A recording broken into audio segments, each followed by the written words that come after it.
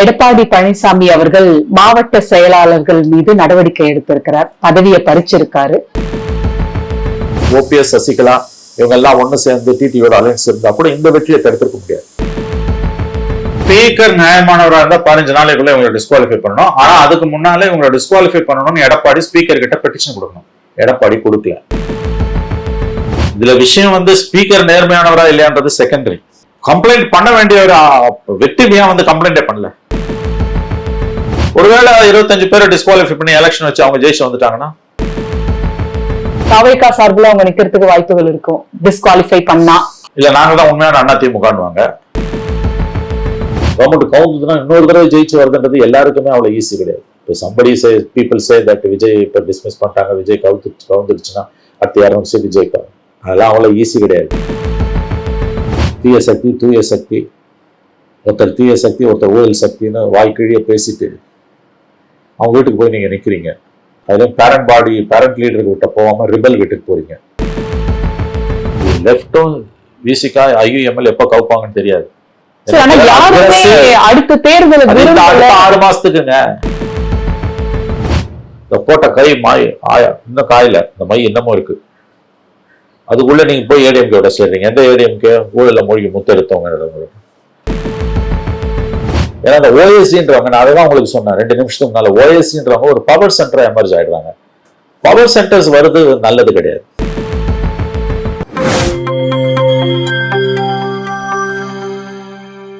நியூஸ்பிக்ஸ் India நேயர்களுக்கு வணக்கம். இன்று நம்மிடையே இணைந்திருக்கிறார் மூத்த பத்திரிகையாளர் திரு மணி அவர்கள். சார் வணக்கம். எடப்பாடி பழனிசாமி அவர்கள் மாவட்ட செயலாளர்கள் மீது நடவடிக்கை எடுத்திருக்கிறார். பதவியை பறிச்சிருக்காரு. தாவேகாக்கு ஆதரவா வாக்களித்த எம்எல்ஏக்கள் இதில் அடக்கம். நீங்க எப்படி பாக்குறீங்க சார்? அதிமுக இன்னொரு பிளவை நோக்கி சென்று கொண்டிருக்கிறது. பிளந்து விட்டது. பதவி இல்லைன்னா என்ன நடக்குமோ அது அங்க நடக்குது. எவ்ரி 5 years ஒரு தடவை அவங்களுக்கு பவர் இருக்கணும். அப்படி இல்லைன்னா கட்சி மேலும் மேலும் பலவீனம் அடையும். அந்த பவர் இல்லாத 5 வருஷத்துலயும் உடையும்.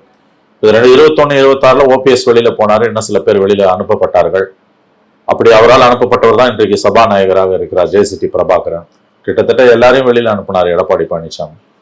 2வது 5 ஆண்டு அவங்க இது வரைக்கும் அவங்க வரலாறுல கடந்த 54 ஆண்டு கால வரலாறுல அவங்க பவர் இல்லாம இருந்ததே இல்லை. இந்த முறை அதையும் அனுபவிக்கிறாங்க அவங்க. they are facing that also. So power இல்லைன்னா அந்த கட்சியில என்ன நடக்குமோ அது இப்ப நடக்குது. கட்சி கலகலத்து கொண்டிருக்கிறது. தன்னுடைய வாக்கு வங்கியை மெல்ல மெல்ல மிகப்பெரிய அளவில் அது நிரந்தரமாக புதிய கட்சிகளிடமும் பழைய கட்சிகளான திமுக பாஜகவிடமும் இழந்து கொண்டிருக்கிறது என்றுதான் நான் பார்க்கிறேன். இனிமேல் அதிமுகவுக்கு ஒரு ரீஜெனரேஷன் சொல்லக்கூடிய புத்துயிர் கிடைக்குமா என்பதில் எனக்கு மிகப்பெரிய சந்தேகம் இருக்கிறது. ஏன்னா இந்த தோல்வி கடந்த முறை வந்த தோல்வியோட ஆபத்தான தோல்வியாக இருக்கிறது. டிஃபிட்ஸ் வரலாம், பட் டிஃபிட்டிஸ்ட் மென்டாலிட்டி வரக்கூடாது. அது ஒரு பக்கம். சராசரி அதிமுக தொண்டனுக்கு டிஃபிட்டிஸ்ட் மென்டாலிட்டி வந்துச்சு. அதை கூட ஒதுக்கி வைக்கலாம். That's psychological aspect of the party cadre. தட்ஸ் a human angle. Political angle பார்த்தீங்கன்னா அவங்களோட the downward trajectoryல there is a consistency இருக்கு. புரிதலுக்காக நான் சொல்றேன். மேல போற கிராஃபிக் கீழே போகுது இல்லையா, அதை குறியிட்டு நான் சொல்றேன். அதுல உங்களுக்கு ஒரு பெரிய கன்சிஸ்டன்சி இருக்குது. 2021 அவங்க தோக்கும்போது எல்லாரும் நினைச்சாங்க, நான் கூட நினைச்சேன், இது சைக்கிளிக்கல் 5 ஆண்டுகளுக்கு ஒரு முறை வர தோல்வி. அடுத்த முறை அவங்க ஜெயிச்சு ஆட்சி அமைப்பார்கள். அதற்கு பிரகாசமான வாய்ப்புகள் இருக்கு. ஆனா அதுக்கு பிறகு பார்லிமெண்ட் எலெக்ஷன் அவங்க வாஷ் அவுட் ஆனதை கூட ஓகே, பார்லிமெண்ட் ரிசல்ட் வேற, அசம்பிளி வேற, நம்ம ஒதுக்கி தள்ளிட்டு போகலாம். பை எலெக்ஷன்ஸை கூட ஒதுக்கி தள்ளலாம், லோக்கல் பாடிஸை கூட ஒதுக்கி தள்ளலாம். பட் இந்த அசம்பிளி எலெக்ஷன்ல அவங்க லாஸ்ட் டைம் 66 சீட் வாங்கினா இந்த 47 சீட் வாங்கியிருக்காங்க. 101 தொகுதிகளில் 3rd பிளேஸுக்கு போயிருக்காங்க. 18 தொகுதிகளில் டெபாசிட் போயிருக்கு. So the trajectory is downward trajectory is very very alarming as far as the party is concerned. I think maybe இது an existential problem. எடப்பாடியை திட்டுறது கூட வேஸ்ட் ஒன் கூட எனக்கு தோணுது. இவங்க எல்லாரும் இப்ப ஒண்ணு சேர்ந்தா கூட விஜய பெரிய அளவில் தடுத்திருக்க முடியாதுதான் இப்ப இருக்க numbers. People say that Sasikala, OPS, TTV of course அலையன்ஸ்ல இருக்காரு. ஓபிஎஸ், சசிகலா இவங்க எல்லாம் ஒண்ணு சேர்ந்து டிடிவியோட அலையன்ஸ் இருந்தா கூட இந்த வெற்றியை தடுத்திருக்க முடியாது. அப்ப ஜெயலலிதா டெத்துக்கு பிறகு ஏற்பட்ட அந்த வீழ்ச்சி என்பது it's really an structural problem. ADMK is facing really an existential threat. அந்த கட்சி வசீகரமான தலைவர்களால் வழிநடத்தப்பட்ட பொழுது மட்டும்தான் அது உயிர்ப்புடன் எழுந்திருக்கிறது. எம்ஜிஆர், ஜெயலலிதா. எம்ஜிஆர் 15 ஆண்டுகள் 72 77 அதிகாரம் இல்லாம, 77 87 அதிகாரத்துடன் 15 ஆண்டுகள் எம்ஜிஆர். அது பிறகு 29 ஆண்டுகள் ஜெயலலிதா, 87 2016 வரைக்கும். ஸோ 29, 15, 44 ஆண்டுகள். இந்த 44 ஆண்டுகள்ல வந்து அவங்கள பாத்தீங்கன்னா நீங்க வந்து எம்ஜிஆர் ஒரு 10 வருஷம், ஜெயலலிதா ஒரு 15 வருஷம், 25 வருஷத்துக்கு மேல, அப்புறம் எடப்பாடி எல்லாம் சேர்த்து 30 ஆண்டுகளுக்கு மேல பவர்ல இருந்திருக்காங்க. வசீகரமான தலைவர்கள் வித்தின் கோட் அவர்கள் வழிநடத்தப்படும் போது மட்டும்தான் அந்த கட்சிக்கு உயிர் இருந்திருக்கிறது. இப்ப அப்படி யாரும் இல்ல. எடப்பாடியோ, ஓபிஎஸ்ஓ, சசிகலாவோ இவங்க யாருமே வந்து இந்த சோக்கால் வசீகரமான தலைவர்கள் கிடையாது. மேபி விஜய் டேக் ஓவர் பண்ணாருன்னா அது அந்த வசீகரம் கிடைக்கலாம். ஆனா அதுவும் அவ்வளவு ஈஸி இல்லை. ஏன்னா விஜயோட வாக்கு வங்கி என்பது completely, if not completely to large extent different from ADMK vote bank. So ஏடிஎம்கேல இன்னைக்கு இருக்கக்கூடிய பிரச்சனைகளை அதிகாரம் இல்லாததால வரக்கூடிய சிக்கல்னு பார்ப்பது ஒரு கோணம்னா, இன்னொரு கோணம் லார்ஜர் பெர்ஸ்பெக்டிவ்ல it's an existential crisis. The regeneration of ADMK may be a difficult to very difficult one தான் எனக்கு தோணுது. சரி, இதுக்கப்புறமா என்ன மாதிரி செயல்பாடுகள் இருக்கும் சார்? ஏன்னா எடப்பாடி அவர்கள் இவங்களை பதவியில இருந்து நீக்கி இருக்காரு. இப்போ அவங்க எல்லாம் சேர்ந்து என்ன முடிவு எடுப்பாங்க? பொதுக்கூட்டம் கூட்டுவாங்களா? Very serious crisis. பார்ட்டி வந்து இப்ப லுக், நீங்க இப்ப கவலைப்பட வேண்டியது ஏடிஎம்கேவோட ஃபியூச்சரை பத்தி கிடையாது, விஜய் கவர்மெண்டோட ஃபியூச்சர். ஏன்னா இந்த 25 எம்எல்ஏக்கள் வந்து இன்னைக்கு மாத்தி ஓட்டு போட்டிருக்கான். ஆஸ் பர் ஆன்டி டிஃபெக்ஷன்ல அது வந்து they will lose their MLA மெம்பர்ஷிப்ன்றதுதான் விவரம் அறிந்தவர்களோட கருத்தா இருக்குது. இன்னைக்கு கூட இந்த ஹிந்து ஆங்கில நாளிதழ்ல தெளிவா சொல்றாரு. நம்பர்ஸ் கேம்ல படி பார்த்தா இப்ப லேட்டஸ்ட் சுப்ரீம் கோர்ட் ஜட்மெண்ட்ஸ் படி பாத்தீங்கன்னா the law does not favor ADMK rebels. 3-2-3ல 2 பங்கு இருக்கணும். 57ல 2 பங்குனா 32, இவங்களுக்கு 25 தான் இருக்குது. எப்படி ப்ராசஸ்ன்னு கேட்டீங்கன்னா, டிஸ்குவாலிபிகேஷன் ப்ராசஸ் என்னன்னு கேட்டீங்கன்னா, கட்சி தலைவர் பேரண்ட் பாடியோட தலைவரான எடப்பாடி பழனிசாமி ஸ்பீக்கர் கிட்ட பெட்டிஷன் கொடுக்கணும். அதை வந்து உங்களுக்கு வந்து அதை பரிசீலித்து சபாநாயகர் அவர்கள் குறிப்பிட்ட காலத்துக்குள்ள முடிவு எடுக்கணும். அப்படி எடுக்கலன்னா கோர்ட்டுக்கு போகும், ஹைகோர்ட்டு, சுப்ரீம் கோர்ட்டு. பச்சையா தெரியுது உங்களுக்கு வந்து டிஸ்குவாலிபிகேஷன் 2/3 இல்ல, ஆனா ஸ்பீக்கர் கேன் ஸ்டில் பிளே ஹெவோக். அப்ப 2/3 எடுக்கிறதுக்கு என்ன முயற்சிகள் நடக்கும் இல்லையா? இல்ல, அது வேற. அடுத்த நல்ல பாயிண்ட் வரீங்க, அதுக்கு அடுத்து வரேன். நான் ரொம்ப முக்கியமான பாயிண்ட கிளப்பியிருக்கேன். நீங்க இப்ப அடுத்த ப்ராசஸ் என்னன்னா, ஸ்பீக்கர் கிட்ட ஒரு கொடுக்கணும். ஸ்பீக்கர் ஆக்ஷன் எடுக்கலன்னா ஹைகோர்ட்டுக்கு, சுப்ரீம் கோர்ட்டுக்கு போவாங்க. அங்க தூங்கும். அதுக்குள்ள பதவியே இந்த டென்யூரே முடிஞ்சிடும். இப்ப கடந்த 10 ஆண்டுகள்ல தெலுங்கானா, ஆந்திர பிரதேஷ்ல குறிப்பா, அப்புறம் இந்தியாவில வேறு ஓரிரு மாநிலங்கள்ல நடந்தது என்னன்னா, குறிப்பா தெலுங்கானால வந்து கேசிஆர் கவர்மெண்ட் இருக்கும்பொழுது அவங்க எதிரில இருந்த ஒரு கட்சியை, ஐ திங்க் அது சந்திரபாபு நாயுடு கட்சியா அல்லது ஜெகன் ரெட்டி கட்சியான்னு தெரியல, ஒரு கட்சியை அவங்க உடைச்சாங்க. உடைச்சு அது அப்பட்டமான ஸ்பிளிட். ஏன்னு கேட்டீங்கன்னா 2/3 இல்ல. உதாரணத்துக்கு 40 பேர்னா உங்களுக்கு வந்து 40ல 2/3 எவ்வளவு வருதுன்னா 28 வருது. 27 28 வருது. 28 10 பேர் தான் எடுக்கிறான். அதாவது பர்சைட் ஆன்டி டிஃபெக்ஷன். ஆனா ஸ்பீக்கர் ஆக்ஷன் எடுக்கல. ஹைகோர்ட்டு, சுப்ரீம் கோர்ட்டுக்கு போய் சுப்ரீம் கோர்ட்லயும் அது தூங்கின்னு இருக்கும்போது அதுக்குள்ள டென்யூரே முடிஞ்சு போச்சு. தெலுங்கானா அசம்பிளில யாரு விக்டிமோ அவன் வந்து அந்த கட்சி ஆந்திர பிரதேஷ் அசம்பிளில, ஆந்திரா அசம்பிளில இது அவன் வந்து அவனுக்கு எதிர்கட்சிக்கு செய்யறான். இதே அட்டுழியத்தை இங்க விக்டிமா இருந்தவன் அங்க பெர்பெட்ரேட்டரா இருக்கான். அங்க கோர்ட்டுக்கு போகுது. கோர்ட்ல இருந்து சுப்ரீம் கோர்ட், ஹைகோர்ட், அதுக்குள்ள டென்யூரே முடிஞ்சு போச்சு. இது ஒரு ப்ராசஸ். இன்னொரு ப்ராசஸ் என்னன்னா, இப்ப நீங்க என்ன கேட்க வந்தீங்கன்னா, இப்ப 47 இருக்குது, 25 இருக்குது, இன்னும் 7 வந்தா 32 வந்துருமேன்றீங்க. Split is a one time affair. கம்பார்ட்மெண்டலா நடக்க முடியாது. இந்த கேள்வி ஆரம்பம் 30 வருஷத்துக்கு முன்னாலே வந்தது. இப்போ செட்டில் டவுன் இந்த கோர்ட். எனக்கு லிமிடெட் நாலேஜ் ஐம் சேயிங். இப்ப நேத்துல இருந்து சில பேர் கேட்கறது என்னன்னு கேட்டீங்கன்னா, இப்ப 47ல 32 இருக்கணும், 25 தான் இருக்குது. இவர் போய் சொல்லணும். இவர் சொல்லலன்னா speaker on his own cannot do it. அது நீங்களும் நானா போய் கொடுக்க முடியாது, அவரு தான் கொடுக்கணும். ஒண்ணு. ரெண்டாவது, இப்ப உதாரணத்துக்கு இன்னும் 10 நாள்ல வந்து உங்களுக்கு வந்து மிச்சம் இருக்க 22ல 7 பேர் வந்துடுறான்னு வச்சுக்கோங்க. 7 பேர் வந்து அந்த 7 25 32 நீங்க சொல்றீங்க. நம்பர்ஸ் வந்து ரிஸ்க் கிடையாது. It must be a one time affair. இப்ப பிரியும் போதே 32 இருக்கணும். அப்படி இல்லைன்னா அந்த 22ல இருந்து பிரியுதுன்னா 14 இருக்கணும். ஆனா 2/3 of that 22. புரியுதா? ஆமா ஆமா. See, the split is a one time affair.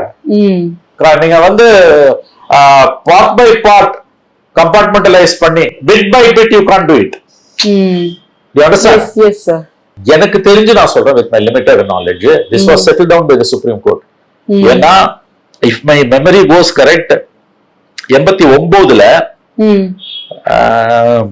VP Singh கவர்மெண்ட்டை கவுக்கும் போது ஒரு பார்ட்டை பிரிச்சு காங்கிரஸ் உடைச்சு எடுத்துட்டு வரும்போது அதுல 2/3 என்னமோ சிக்கல் வந்து இன்ஃபேக்ட் அப்ப ஆன்டி டிஃபெக்ஷன்ல 94 ஜட்ஜ்மெண்ட்டுக்கு ராஜீவ் காந்தி கொண்டு வந்து 85 ஜட்ஜ்மெண்ட் வாஸ் இன் ஃபோர்ஸ். ஏன்னா இது 90ல நடக்குது. அப்பயே இந்த சிக்கல் வந்தது. முதல் தடவை பிரிஞ்சு வந்தவங்களுக்கு 2/3 இல்ல, பட் செகண்ட் டேர்ம்ல பிரிஞ்சு வந்தவங்களுக்கு இருந்தது. But this was replicated in other assemblies also. அதுக்கு பிறகு வந்த various supreme court judgments, to my knowledge, with my limited knowledge, of course this subject to correction, ஸ்பிளிட்ங்கிறது 1/3 ஒன் டைம் ஆஃபன். இப்ப 47ல 25 is not 2/3. It's an absolute disqualification. அந்த தலைப்பு அவர் KV எழுதினது, ஹிந்துல எழுதினது ரொம்ப the law does not favor rebelsன்றது பெர்ஃபெக்ட்டான தலைப்பு. ஸ்பீக்கர் நியாயமானவராக இருந்தா 15 நாளைக்குள்ள இவங்களை டிஸ்குவாலிஃபை பண்ணணும். ஆனா அதுக்கு முன்னாலே இவங்களை டிஸ்குவாலிஃபை பண்ணணும்னு எடப்பாடி ஸ்பீக்கர் கிட்ட பெட்டிஷன் கொடுக்கணும். எடப்பாடி கொடுக்கறத பத்தி எதுவும் சொல்லவும் இல்லை. கட்சி பொறுப்புல இருந்து நீக்கிறாரு. ஆனா ஸ்பீக்கர் கிட்ட போய் முதல்ல டிஸ்குவாலிஃபிகேஷன் கொடுக்கணும் இல்லையா? அவர் கொடுக்கவே இல்லை. இப்ப இதுல விஷயம் வந்து ஸ்பீக்கர் நேர்மையானவரா இல்லையான்றது செகண்டரி. கம்ப்ளைண்ட் பண்ண வேண்டிய ஒரு வெற்றிமையா வந்து கம்ப்ளைண்டே பண்ணல. ஏன் பண்ணல சார்? ஏன்னா விஜய் அவர்கள் சி.வி. சண்முகம் அவர்களோட வீட்டுக்கு போய் நேர்ல போய் பார்த்திருக்காரு. விஜய மீறி ஸ்பீக்கரால ஒண்ணும் பண்ண முடியாது, இது இன்னும் ஆக்ஷன் இருக்காது. அப்புறம் ஸ்பீக்கர் ஒண்ணும் பண்ண முடியாது, பண்ணக்கூடாது இல்லங்க, புரிஞ்சுக்கோங்க. அதாவது வந்து ஸ்பீக்கர் என்ன பண்றாரு பண்ணல, ஸ்பீக்கரோட நேர்மை அதெல்லாம் ஒரு பக்கம் இருக்கட்டும், secondary. The first aspect we should concentrate is why Edappadi Palaniswami has not complained. He is the victim. அவர் கட்சியை உடைச்சிட்டாங்க, அவர் போய் கம்ப்ளைண்ட் பண்ணணும். The law is in his favor. Speaker ஹவோ ப்ளே பண்ணா கூட has options of high court, supreme court போலாம். டெஃபினட்டா வந்து அது பத்தி எரியும். அப்போ வந்து உங்களுக்கு கோர்ட் வந்து 6 months 1 yearல கூட வந்து ரூலிங் கொடுக்கலாம், டிஸ்குவாலிஃபை பண்ண சொல்லி ஸ்பீக்கருக்கு டைரக்ஷன் கொடுக்கலாம். பண்றாங்க பண்ணலன்றது ரெண்டாவது. நீ ஏன் அப்ளை பண்ணல? அதான் ஏன் அப்போ என்ன காரணங்கள் இருக்க முடியும்? அதுதான் புரிஞ்சுக்க முடியல. இப்ப கட்சி பொறுப்புல இருந்து எடுக்கிறாங்க. அப்சல்யூட்லி நீங்க இப்ப ஒருவேளை 25 பேரை டிஸ்குவாலிஃபை பண்ணி எலெக்ஷன் வச்சு அவங்க ஜெயிச்சு வந்துட்டாங்கன்னா ஏன் ஒரு கம்ப்ளைண்ட் பண்ணல அவரு? why has not complained? தாவேகா சார்பில் அவங்க நிக்கிறதுக்கு வாய்ப்புகள் இருக்கும் டிஸ்குவாலிஃபை பண்ணா. இல்ல நாங்க தான் உண்மையான அதிமுகன்னுவாங்க. அப்ப பார்ட்டி வந்து இப்ப பேரண்ட் பார்ட்டி தான் வந்து சாதாரணமா 2/3 இல்லைன்னா மரியாதை ஜாஸ்தி. இப்ப 2 பேர்ல யாரு உண்மையான அதிமுக உடைச்சுக்கிட்டு போனாங்கன்னா எலெக்ஷன் கமிஷனுக்கு போவோம். அங்க ஜெனரல் கவுன்சில் இதெல்லாம் கூட்டி பார்க்கணும். ஸோ சண்டை ஏடிஎம்கேக்குள்ள சட்டசபை வெளியில நடக்கிற சண்டையை பத்தி நமக்கு கவலை கிடையாது. அது அதிமுக பட வேண்டிய கவலை. ஆனா சட்டசபைக்குள்ள அதிமுக ரிபல் எம்எல்ஏஸ்க்கு என்ன நடக்க போகுதுன்றது எல்லாரோட கவலை. ஏன்னா அவங்க டிஸ்குவாலிஃபை ஆனா government is will be in danger. ஏன்னா 3 ஓட்டு 2 ஓட்டு தான் கூட இருக்குது. இது நித்தியகண்ட பூர்ண ஆயுசு. அதனால ஆஸ் யூஷுவல் பவர் இல்லைன்னா ஏடிஎம்கே என்ன நடக்குமோ அது இப்ப நடக்குது. சரி, இப்ப பதவி நீக்கம் பண்ணிருக்காரு இல்லையா மாவட்ட செயலாளர்கள் எல்லாம்? அது கட்சியில இருந்து அதாங்க செய்யறாரு. 9 வருஷமா அவர் எல்லாரையும் தூக்கி தூக்கி தூக்கி வெளியில போட்டு ஒண்ணுதான் அவர் பண்ணது. தொடர்ந்து ஜெயிச்சுக்கிட்டே இருந்த ஸ்டாலின் எல்லாரையும் உள்ள இணைச்சாரு. அப்கோர்ஸ் இந்த எலெக்ஷன்ல தோத்துட்டாரு, அது வேற விஷயம். அது வெற்றி தோல்வி மாறி மாறி வரும். கலைஞர் மரணத்துக்கு பிறகு தலைமை பொறுப்பை ஏற்ற திமுக தலைமை பொறுப்பை ஏற்ற மு.க. ஸ்டாலின் 19 மக்களவை தேர்தல் இருந்து தொடர்ந்து எல்லா எலெக்ஷன்லயும், அதுவும் கடைசி அசம்பிளி எலெக்ஷன்ல எல்லாரையும் உள்ள சேர்த்தாரு. இன்க்ளூசிவா இருந்தார். தன்னை விமர்சனம் பண்ணவன், தன்னை எவ்வளவு கெட்ட வார்த்தையில திட்ட முடியுமோ திட்டினவன் அத்தனை பேரையும் அவர் உள்ள சேர்த்துக்கிட்டாரு. இன்க்ளூசிவா இருந்தார் ஸ்டாலின். ஆனா தொடர்ந்து தோல்விகளை மட்டுமே சந்திச்ச எடப்பாடி எக்ஸ்க்ளூசிவா இருந்தார். எல்லாரையும் வெளியில அனுப்பினார். இன்னைக்கு சபாநாயகரா தமிழக சட்டமன்றத்தில் வீற்றிருக்கிற ஜே.சி.டி. பிரபாகரன் இவரால் கட்சியிலிருந்து நீக்கப்பட்டவர். இவரால் நீக்கப்பட்ட ஓ பன்னீர்செல்வம் இவருக்கு பின் வரிசையில திமுக உட்கார்ந்திருக்காரு. திமுக வரிசையில இவரால் நீக்கப்பட்ட வைத்தியலிங்கம், இவரால் நீக்கப்பட்ட மனோஜ் பாண்டே எல்லாரும் பின்னால உட்கார்ந்துருக்காங்க. இப்ப அதை தான் அவங்க கேட்கறாங்க. இந்த மாதிரி எல்லாரையும் நீக்கி நீக்கி நீக்கி நீக்கி நீங்க தோல்வியை மட்டும்தான் சந்திக்கிறீங்கன்னு போது கண்டிப்பா வந்து ஒரு கலங்கம் வெடிக்கதான் செய்யும். அதான் வெடிச்சிருக்கு. இப்ப See, the problem may be a very deeper and structural one. இனிமே யார் வந்தாலும் அதிமுகவுக்கு புத்துயிர் கொடுக்க முடியாது, ரீசெலக்ட் பண்ண முடியாதுங்கிறது ஃபேக்டா கூட இருக்கலாம், நான் மறுக்கல. That's debatable. But immediate follow அவுட்ன்றது வந்து நீங்க you delivered only defeat after defeat. நாளைக்கு ஜெயிக்கொண்டதுக்கான எந்த விதமான உத்தரவாதமும் இல்லை. Party is going down and down and down. அப்ப இவங்க கேட்கறது நியாயமான கேள்விதான். கேட்கறவங்களும் தியாக தீபங்கள் கிடையாது. அவங்களுக்கு பவர் வேணும், விஜய்க்கு மெஜாரிட்டி வேணும். 2 பேரும் ஒன்னா பாத்துக்கிறாங்க, அவ்வளவுதான். சார், 47 எம்எல்ஏக்களும் கையெழுத்து போட்டு கொடுத்த இந்த ரெசல்யூஷனை எடப்பாடி அவர்கள் சப்மிட் பண்ணிருக்காரு. ஆனா அது நாங்க போடல அப்படின்ற ஒரு சர்ச்சையும் இருக்கு. அது ஒரு போர்ஜரி அப்படிங்கிற மாதிரி கொண்டு போறாங்க. இது லீகலா எப்படி? சபைக்குள்ள கொலையா நடந்தாலும் ஸ்பீக்கர் தான் இன்சார்ஜ். அதனால இந்த விஷயம் எல்லாம் இதெல்லாம் பார்ட் ஆஃப் தி இஷ்யூஸ். இனிமேல் வந்து நான் கைட்டு போடலன்னுவோம், அப்புறம் போட்டான்னுவாங்க, அப்புறம் அங்கேயும் இருப்பான் இங்கேயும் இருப்பான், மாறி மாறி வரும். ஸோ இது நாசியேட்டிங். மெஜாரிட்டி இல்லைன்னா It's a hell of a thing for a government. And the government cannot concentrate on any other thing except on its majority. It's like a person afflicted with a life-threatening disease. Life-threatening disease ஏதாவது ஒருத்தருக்கு வந்துருச்சுன்னா அவரால் வந்து வேற எதுலையும் கவனம் செலுத்த முடியாது. எப்போ மெஜாரிட்டி கவராம எப்படி பார்த்துக்கிறது, everyday day in and day out, காலைல எந்திரிச்சு ராத்திரி படுக்க போற வரைக்கும் ரூலர்ஸோட மைண்டு பூரா வில் பி என்கல்ஃப்டு அதில் தான் இருக்கும். இது ரொம்ப ஆக்வர்டான ஒரு பொசிஷன். அதில் பாலிசி வைஸ் ஒரு காமன் மினிமம் ப்ரோக்ராமை வச்சு கவர்மெண்ட்டை ரன் பண்ணுற பார்ட்டிஸ்னா கூட பரவாயில்ல, அவங்களுக்கு வந்து அட்லீஸ்ட் சம் கமிட்மெண்ட் இருக்கும். எந்த கொள்கையும் எந்த கோட்பாடும் இல்லாத கவர்மெண்ட்ஸ் இருக்குல்ல, அந்த கவர்மெண்ட்ஸுக்கு தான் இந்த சிக்கல். லூட் ஒன்று தான் கொள்கை for all I'm saying.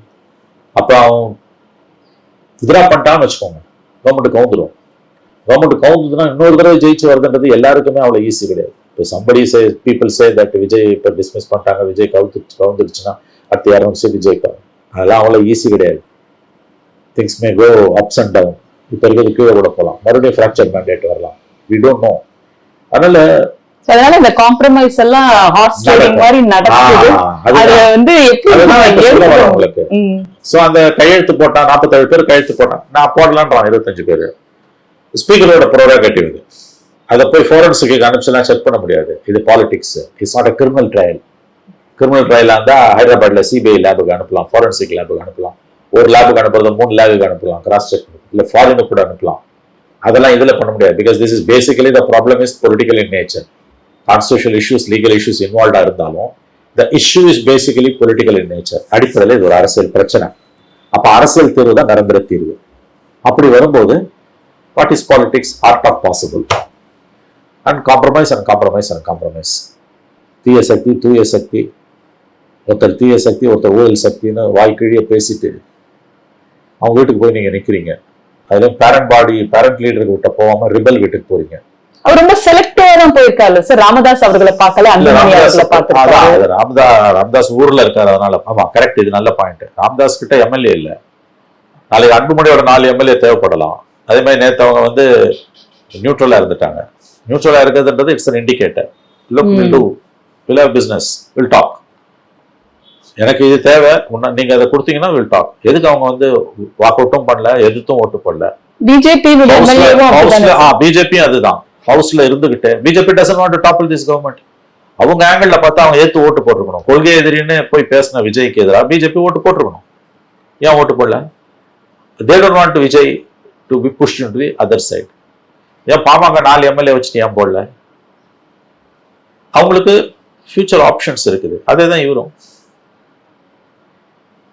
So this is absolute politics.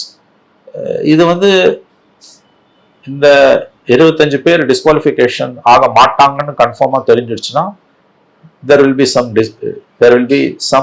definitely there will be stability. But இந்த 25 பேர் டிஸ்குவாலிஃபை ஆன ஆப்பர்ச்சுனிட்டி எவர் கிரீனா இருக்குது அப்படின்னா that's a Damocles sword on the head. That will have a shadow on the government. ஏன்னா இந்த 25 தாண்டி இப்போ அவர்கிட்ட இருக்கக்கூடிய 3 மெம்பர்ஸ் தான் இருக்காங்க. 118க்கு மேல 3 தான் இருக்குது. அந்த இந்த லெஃப்டும் விசிகா ஐயுஎம்எல் எப்ப கவுப்பாங்கன்னு தெரியாது. அடுத்த தேர்தல் 6 மாசத்துக்குங்க. 6 மாசத்துல சேஞ்ச் ஆகுது, 1 வருஷத்துல சேஞ்ச் ஆகுதுன்னா 5 years of this government is not ensured with these numbers. அதாவது எக்ஸப்ட் 25 ADMK ஸ்ட்ராங்கா உள்ள வராங்க, அவங்க டிஸ்குவாலிஃபை ஆக மாட்டாங்கன்றது கன்ஃபார்ம் ஆயிடுச்சுன்னா இந்த கவர்மெண்ட் இஸ் சேஃப். சோ அதை எஸ்டாப்லிஷ் பண்ணதான் விஜய் துடிக்கிறாரு. அதை எஸ்டாப்லிஷ் பண்ண பியூட்டிஃபுல் பாயிண்ட். அதான் திரைநடத்த தொட்டுட்டீங்க நீங்க. அவர் சொன்ன கிரெடிபிலிட்டி, டிரான்ஸ்பரன்சி, ஊழலற்ற ஆட்சி, இதுல இருந்து கொஞ்சம் விலகி நிக்கிறாருன்னு நம்ம புரிஞ்சுக்க முடியும். That is politics, art of possible. உடச்சு எடுத்ததான். see the numbers தான் பாலிடிக்ஸ்னா 118 மேஜிக் நம்பர்னா குஷனிங் ஒரு 7 இருக்கணும், 125 ரவுண்டா இருக்கணும். 118 119 வச்சு somebody dies or if somebody is completely immobile அந்த மாதிரிலாம் இருக்கு வச்சுக்கோங்க, government will be in danger. அப்ப அதனாலதான் வந்து குஷனிங் நம்பர்ஸ் ஒரு 5 to 7 நம்பர்ஸ் இருக்கணும். அது இல்லை. 118 அஃப்கோர்ஸ் நேற்று ஒரு ரிலீஃப் கிடைச்சிருக்கு. ஹைகோர்ட்ல ஒரு எம்எல்ஏ ஓட்டு போடக்கூடாது சுப்ரீம் கோர்ட்ல வந்து ஸ்டே பண்ணிட்டாங்க. மெட்ராஸ் ஹைகோர்ட்டோட ஆர்டர் அட்ராஷியஸ்னு சொல்லியிருக்காங்க. அது ரொம்ப கவனத்துல கொள்ள வேண்டியது. அப்ப அந்த நம்பர்ஸ் இப்ப 2 3 கூட இருக்குது, அது பத்தாது. 118னா 125 கூட இருக்கணும். ஸோ நீங்க அந்த 118 கூட இருக்கணும்னா these numbers you will get it only from ADMK. And if you get it from ADMK, na, it can happen only through unethical means. That's what happening. இது practical politics. நீங்க அந்த கேம் ஆட ஆரம்பிச்சீங்கன்னா இந்த அசிங்கம் எல்லாம் நடக்கும். அதனாலதான் நல்ல அரசியல் வர மாட்டேன்றோம். Samuel Johnson is always right. Politics is after all nothing but last resort of scoundrels. இன்னைக்கு இல்லை, ஃபார் எவர். இதுதான் வந்து அந்த ப்ரொஃபஷனோட ப்ரொஃபைல throughout the world for ages. அதனால இதுல ரொம்ப பெரிய அளவில் ஐடியாலஜி பேசுறதுக்குலாம் இடம் கிடையாது. சார், இதுல திமுக ஏன் வெளிநடப்பு செய்யணும் சார்? அவங்க ஓட்டிங்ல எதிர்த்து போட்டு இருக்கலாம்ல.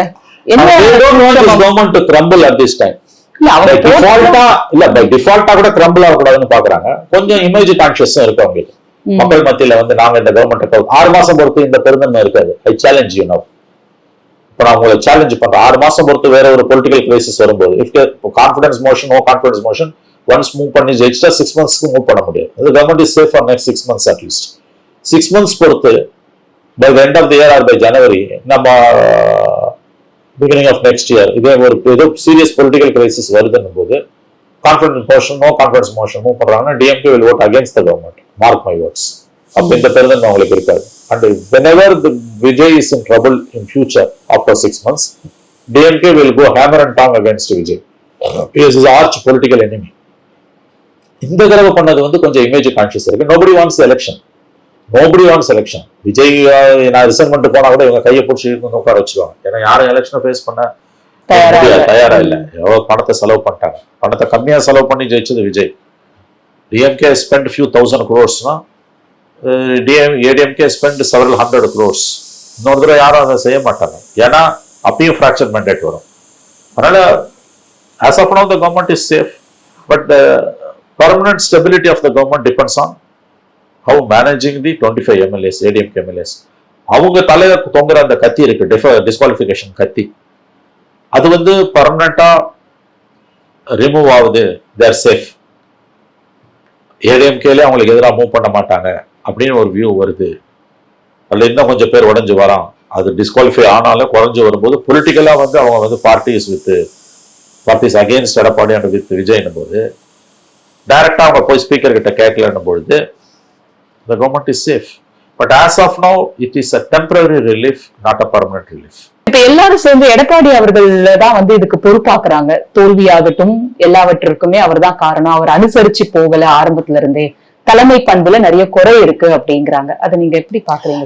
தனி மனித ஆளுமையால் மட்டுமே பிறந்த வளர்ந்த வாழ்ந்த கட்சி தோல்வி அடையும் போது ஒரு தனி மனிதனை தான் கழுவுல ஏற்றும், சிறுவில் அறையும். அதான் அவங்க செய்யறாங்க இன்னைக்கு.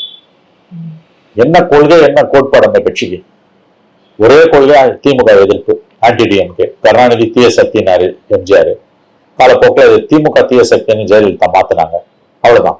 அது தவிர அந்த கட்சிக்கு என்ன கொள்கை, என்ன கோட்பாடு? ஸோ இது but that party represents very strongly anti DMK. தமிழ்நாட்டில் தமிழக அரசியலோட மையக்கரு திமுக ஆன்டி DMK அண்ட் ஆன்டி DMK. இந்த ஆன்டி DMK மிக மிக முக்கியமான ஒரு இதுவாக தான் அது இருக்குது. இன்னைக்கு உங்களுக்கு வந்து அந்த கட்சி இருக்கு. வேற யாருமே அதை ஓரளவுக்கு விஜய் எடுத்திருக்காரு. ஆன்டி DMK நான் தான் தன்னை பொசிஷனிங் பண்ணிட்டார். அப்ப ADMKக்கான எக்ஸிஸ்டன்ஸுக்கான ஸ்பேஸே காரணங்களே, the reasons for ADMK's existence are getting evaporated day by day. So தன்னோட பொலிட்டிக்கல் ஸ்பேஸையே அது இழந்துட்டு இருக்கு. 2 வருஷத்துக்கு முன்னாடி பிரசாந்த் கிஷோர் சொன்னதான், விஜயோட கட்சி தாவேகா ஸ்ட்ரென்தன் ஆகும் பொழுது, பலப்படும் பொழுது 2 திராவிட கட்சிகள் ஒரு திராவிட கட்சி காணாமல் போகும்னாரு. அது ADMK நடந்துச்சு. இதனாலதான் விஜய் அவர்கள் ஆரம்பத்துல இருந்து போட்டியே DMK vs TVK தான். மற்றும் சிலர் பேரை கூட சொல்லாம சொன்னாங்க. சார், அப்படி இருக்கும்போது தாவேகாவோட போய் சேர ஏன் துடிக்கிறாங்க சார்? இது வெரி சிம்பிள் பவர். சோ அவங்களுக்கு வந்து மந்திரி பதவி வேணும், வாரிய தலைவர் பதவி வேணும். அதை கொடுத்துருவாரா விஜய்? கண்டிப்பா கொடுப்பாரு. கொடுக்காம அவர் எப்படி இவங்க எல்லாம் நினைப்ப இடதுசாரிகள் VCK எல்லாம் வந்து நாங்க அதிகாரத்துல பங்கு பெற மாட்டோம், நாங்க வந்து ஆதரவு கொடுக்கணும்ன்றது கொள்கை வழி சார்ந்த அரசு. இன்னமும் அவர்கள் எவ்வளவு ஏளனப்படுத்தப்பட்டாலும் இடதுசாரிகள், குறிப்பாக இடதுசாரிகள், அவர்கள் வந்து மக்களுக்காக உழைக்கக்கூடிய இயக்கங்களாக, கட்சிகளாக, அரசியல் கட்சிகளாக அவர்கள் மட்டும்தான் இருந்து கொண்டிருக்கிறார்கள். பதவிக்காக குடும்பிப்பிடி சண்டை போட்டுக்கிட்டு, வெட்டுக்குத்து பண்ணிக்கிட்டு, எல்லா விதமான அவலங்களையும் அரங்கேற்றிக் கொண்டு இருக்கக்கூடிய இன்றைய அரசியல்ல ஒளிக்கீற்றுகளாக, நம்பிக்கை தீபங்களாக இருப்பது வந்து இடதுசாரிகள் மட்டும்தான். பட் அவங்க சில விஷயங்கள்ல ரொம்ப வரட்டுத்தனமாக இருப்பதாலதான் பரந்தப்பட்ட அளவுல வளர முடியாம போச்சு. ஒரே அரசியல் சிக்கல் ஒரே காலகட்டத்தில் ஆதரவு கொடுக்கும்போது நடுத்தரில் நின்றுகிட்டு அவங்க சொல்றாங்க, நாங்கள் விஜய்க்கு நிபந்தனையற்ற ஆதரவு கொடுக்கிறோம், அரசியல் ஆட்சியில் பங்கு பெற மாட்டோம்ன்றாங்க. ஆனா இந்த 25 பேர் ஆதரவு கொடுக்குறாங்களே, அதை பத்தி ஏதாவது சொன்னாங்களா? இவங்க பதவிக்காக தான் போறாங்க அப்படின்றது எல்லாருக்கும் தெரியும். தான் அரசுக்கு மெஜாரிட்டி வேணுன்றதுக்காக அதிமுக விஜய் உடைக்கிறாருன்றதும் எல்லாருக்கும் தெரியும். இதுல ஒளிவு மறைவுக்கு எதுவுமே கிடையாது. எதுக்கு போறாங்கன்னா பதவிக்காக தான் போறாங்க. 5 வருஷம் பவர் இல்லாம இருந்துட்டாங்க மேடம், இன்னொரு 5 வருஷம் உங்களால பவர் இல்லாம இருக்க முடியாது. இப்போ விஜய் அவர்கள் சொன்ன வாக்குறுதி எல்லாம் என்ன ஆச்சு சார்? டிரான்ஸ்பரண்ட் கவர்மெண்ட், ஊழலற்ற ஆட்சி. இது ஒண்ணும் ஊழல்னு நீங்க எதை வச்சு நிரூபிப்பீங்க? இது உங்க பர்செப்ஷன் தானே. இல்ல, அவர் வந்து ஏடிஎம்கே மற்ற கட்சிகள் எல்லாமே அப்படின்னு தானே அவர் சொன்னாரு. அதான் அரசியல். இப்ப இவங்க எல்லாம் குற்றம் சாட்டப்படாதவர்கள் கிடையாது. கரெக்ட். நல்ல கேள்வி, அற்புதமான கேள்வி. அவருடைய நம்பகத்தன்மை அருமையான கேள்வி, ரொம்ப ரொம்ப அருமையான கேள்வி கேட்டீங்க. ஆனா ரத்தி சித்ரா மேடம் இதை கேட்க வேண்டியது விஜய் கிட்ட, மணி கிட்ட இல்ல. அதனாலதான் Samuel Johnson was evergreen. என்ன சொன்னார் Samuel Johnson? Politics is the last resort of scoundrels. Samuel Johnson தானே டிக்ஷனரியை உருவாக்குனார். அவர் சொன்னார், இன்னைக்கு இல்ல, he said it 250 years ago. It's a evergreen truth. Politics is the last resort of scoundrels. அயோக்கியர்களின் கடைசி புகலிடம் அரசியல்னாரு. உண்மை. இதுல யாருக்கும் விவஸ்தை கிடையாது, யாருக்கும் எந்த விதமான கூச்ச நாச்சம் தர்மம் எதுவுமே கிடையாது. இவங்க எல்லாரும் அடிப்படையில ஒண்ணுதான். என்ன வேணும் இவங்களுக்கு? பவர் வேணும், அவ்வளவுதான். இந்த ஃபேக்ட் இது. இந்த போட்ட கை மாய் இன்னும் காயில, இந்த மை இன்னமும் இருக்கு. அதுக்குள்ள நீங்க போய் ஏடிஎம்கே சேர்றீங்க. எந்த ஏடிஎம்கே? ஊழல மூழ்கி முத்தெடுத்தவங்க. நாளைக்கு திமுக ஒரு பிரிவு உடஞ்சு வந்தாலும் நீங்க ஏத்துப்பீங்க. இதான் அவங்களும் செய்வாங்க. இதே திமுக 20 சீட்டு கூட இருந்ததுன்னா they will play the same havoc with TVK and ADM. இவர்கள் அனைவரும் அடிப்படையில் ஒன்றுதான். அதனால பெரிய நம்பிக்கைகள் உங்களுக்கு இந்த சிஸ்டத்து மேல இருக்கக்கூடாது. இதான் ஃபேக்ட். இன்னைக்கு சரி, இப்போ முதல்வர் விஜய் அவர்கள் ஜோதிடரை ஆபீசர் ஆன் ஸ்பெஷல் டியூட்டின்னு சொல்லி அப்பாயிண்ட் பண்ணாரு. எதிர்ப்பு வந்ததுக்கு அப்புறம் நேற்றுக்கு அதை வாபஸ் வாங்கிட்டாரு. இதை நீங்க எப்படி பாக்குறீங்க சார்? அது வந்து ரிசப்டிவா இருக்காருன்னு ஒரு சிலர் சொல்றாங்க. அது பாராட்ட வேண்டிய விஷயம். கோர்ட்ல வேற மேட்டர் போயிருக்குது. சோ இன்னைக்கு கோர்ட்ல அந்த மேட்டர் வருது. ரெண்டாவது அலையன்ஸ் பார்ட்னர்ஸ் எல்லாம் வேண்டாம் அப்படின்னு சொல்றாங்க. சோ சட்டம் லுக் இன்டு இட்னாரு அவரு திறமல தப்புறதுக்கு பதில் சொல்லும் போது. இப்ப அதை வாபஸ் வாங்கிட்டாரு அவர் வந்து. ஐ திங்க் வாபஸ் வாங்கினது குட் மூவ். முதல்ல அவர் போட்டுறக்கூடாது, எதிர்பார்த்திருக்காங்க. எந்த பேசிஸ்ல இப்படி ஒரு ஐடியா வந்ததுங்கிறது அதுதான் experience.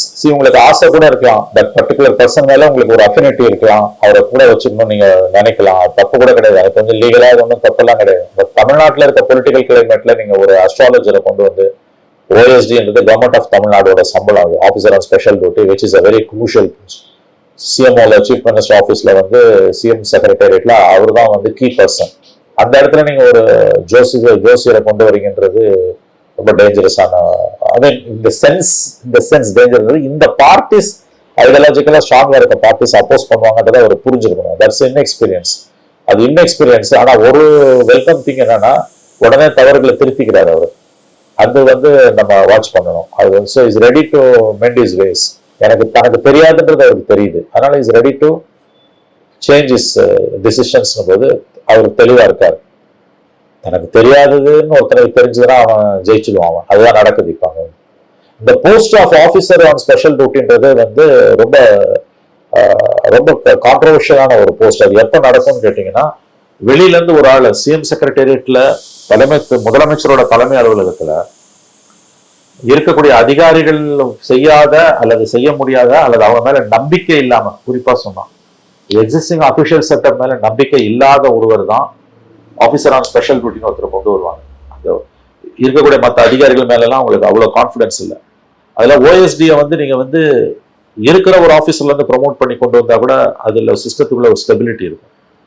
Complete rank out cider வந்தாங்கன்னு வச்சுக்கோங்க, அது ஜெல் ஆகுறது கஷ்டம். அது எதை காட்டுதுன்னா, முதலமைச்சருக்கு தன்னுடைய அதிகாரிகள் மீது பரிபூர்ண நம்பிக்கை இல்லை என்பதை காட்டுது. It's a sign of his displeasure, his disappointment with the existing officers. அது வந்து மொரல் அஃபெக்ட் பண்ணும். ஒரு விதத்துல இதை வாபஸ் வாங்கினது நல்லது அவருக்கு. இது டெல்லியில ஆம் ஆத்மி பார்ட்டியோட பெரிய பிரச்சனையா பார்க்கப்பட்டதும் வந்து இந்த ஓஎஸ்டி தான். அதிகாரிகளுக்கு அவங்களுக்கும் பிரச்சனைகள் வரும் பொழுது எல்லாருக்கும் ஓஎஸ்டி போட்டு கடைசியில கவர்மெண்ட்டுக்கு ரொம்ப கெட்ட. தமிழ்நாட்டுல ஒரு மந்திரி இருந்தாங்க மன்மோகன் சிங் கவர்மெண்டோட ஆட்சியில. அந்த மந்திரி வந்து அவங்களுக்கு ஓஎஸ்டியா அவங்களுக்கு நம்பிக்கையான ஒருத்தரை போட்டாங்க. கடைசியில் அந்த மந்திரி வந்து மிகப்பெரிய அளவில் ஊழல் குற்றச்சாட்டுக்கு உள்ளாகி பதவியிலிருந்து வெளியில ஏறினாங்க, வெளியேற்றப்பட்டாங்க. அந்த மந்திரியை பத்தி மோடி அவர்கள் கூட கமெண்ட் எல்லாம் அடிச்சிருக்காங்க. அந்த மந்திரியோட ஓஎஸ்டியா இருந்தவங்க தான் அந்த மந்திரி வந்து பெரிய அளவுல ஊழல்ல மூழ்கி முத்தெடுப்பதற்கு காரணம். ஏன்னா அந்த ஓஎஸ்டின்றவங்க, நான் அதான் உங்களுக்கு சொன்னேன் 2 நிமிஷத்துக்கு முன்னால, ஓஎஸ்டின்றவங்க ஒரு பவர் சென்டரா எமர்ஜ் ஆயிடுறாங்க. பவர் சென்டர்ஸ் வருது நல்லது கிடையாது. பவர் சென்டர்னா என்னன்னா, ஒரு அதிகாரத்துல இருக்கக்கூடிய ஒருத்தர்கிட்ட அதிகாரம் குவிவது என்பது வேறு, அதிகார மையத்துக்கு வெளியில இருந்து கான்ஸ்டிடியூஷனல் அண்ட் லீகல் மேண்டேட் இல்லாதவங்க கிட்ட அதிகாரம் குவிவது என்பது வேறு. உங்களுடைய தனிப்பட்ட உதவியாளர் அவர் அரசுக்கு வெளியில இருந்து வருகிறார், அல்லது உங்களுடைய குடும்ப உறுப்பினர்கள் அல்லது உங்களுடைய நண்பர்கள், இவர்களிடம் அதிகாரம் குவிவதுதான் பவர் சென்டர்ன்றது. ஒரு முதலமைச்சரிடம் அதிகாரம் குவிவது பவர் சென்டர் கிடையாது. அதை நீங்க வந்து டெவல்யூஷன் ஆஃப் பவர்னு கேட்கலாம். அல்லது ஒரு மந்திரி கிட்ட அதிகாரம் குவிவது பவர் சென்டர்ன்ற கான்செப்ட்ல வராது. அது வந்து ஒரு இடத்துல குவியுது, அது பவர், அவ்வளவுதான். இது வந்து அரசுக்கு சம்பந்தம் இல்லாதவர்கள். நீங்க சொன்ன மாதிரி வந்து ஆம் ஆத்மி கட்சியில தான் நடந்தது. ஏன்னா அவங்க யாருமே அதிகாரிகள் நம்ப தயாரா இல்லை. ஏன்னா அது டெல்லி வந்து எல்லா அதிகாரமும் மோடி கவர்மெண்ட் கிட்ட, மத்திய அரசு கிட்ட இருக்குது. மத்திய அரசு இவங்களை செயல்பட விட மறுக்குது. இவங்களும் மக்களால் தேர்ந்தெடுக்கப்பட்ட பிரதிநிதிகள். மோடி அரசு செய்த அட்டூழியம் இவர்களை செயல்பட விடாமல் செய்யும் பொழுது அவங்க என்ன பண்றாங்க, ஓஎஸ்டிஸ் அப்பாயிண்ட் பண்றாங்க. அது வந்து கொள்ளடிக்கிறதுக்கு மட்டும் கிடையாது, நல்ல காரியங்களை எவ்வளவு செய்வதற்கும். சரி, ஆனா அந்த அதிகாரி ஒரு அரைந்த கதை கூட அதுல இருக்கு. தப்புதான், அது செய்யக்கூடாது. அது ஏன் நடந்ததுன்னா, மக்கள் தேர்ந்தெடுத்த பிரதிநிதிகளுக்கு உரிய அதிகாரத்தை கொடுக்க டெல்லி அரசு, மோடி அரசு மறுத்தது. அதனால நம்ம ஓஎஸ்டி கிட்ட போறோம். But generally OST as a concept வந்து நாட் a healthy one. அது ஹெல்த்தியா இருக்கும் எப்பன்னா, அதுல நியமிக்கப்படுபவர்கள் ஏற்கனவே நிர்வாக அனுபவம் கொண்டவர்களாகவும் தனிப்பட்ட முறையில் நேர்மையானவர்களாகவும் இருந்தால் அவங்க வந்து அரசுக்கு உதவியாக இருப்பாங்க. இந்த மாதிரி இப்போ விஜய் செய்த அப்பாயின்மெண்ட், அல்ல நான் சொன்ன அந்த 15 ஆண்டுகளுக்கு முன்பு தமிழ்நாட்டை சேர்ந்த ஒரு பெண் மத்திய அமைச்சர் செய்தது மாதிரியான ஓஎஸ்டிஸை கொண்டு வந்தீங்கன்னா அவங்க லூட். அவங்களை எதுக்கு கொண்டு வராங்கன்னா, டு லூட், பச்சையா சொல்லணும், டு பிளண்டர். அந்த பிளண்டருக்கு வந்து இந்த செட்டப் ஒத்து வராது, நான் இதை வச்சுக்கிறேன். ஆனா இந்த concept of OSD is always காம்ப்ளிகேட்டடுங்க. அதை சாதாரணமா தொடக்கூடாது. அவர் தொட்டுட்டார். நன்றி சார். நன்றி மேடம்.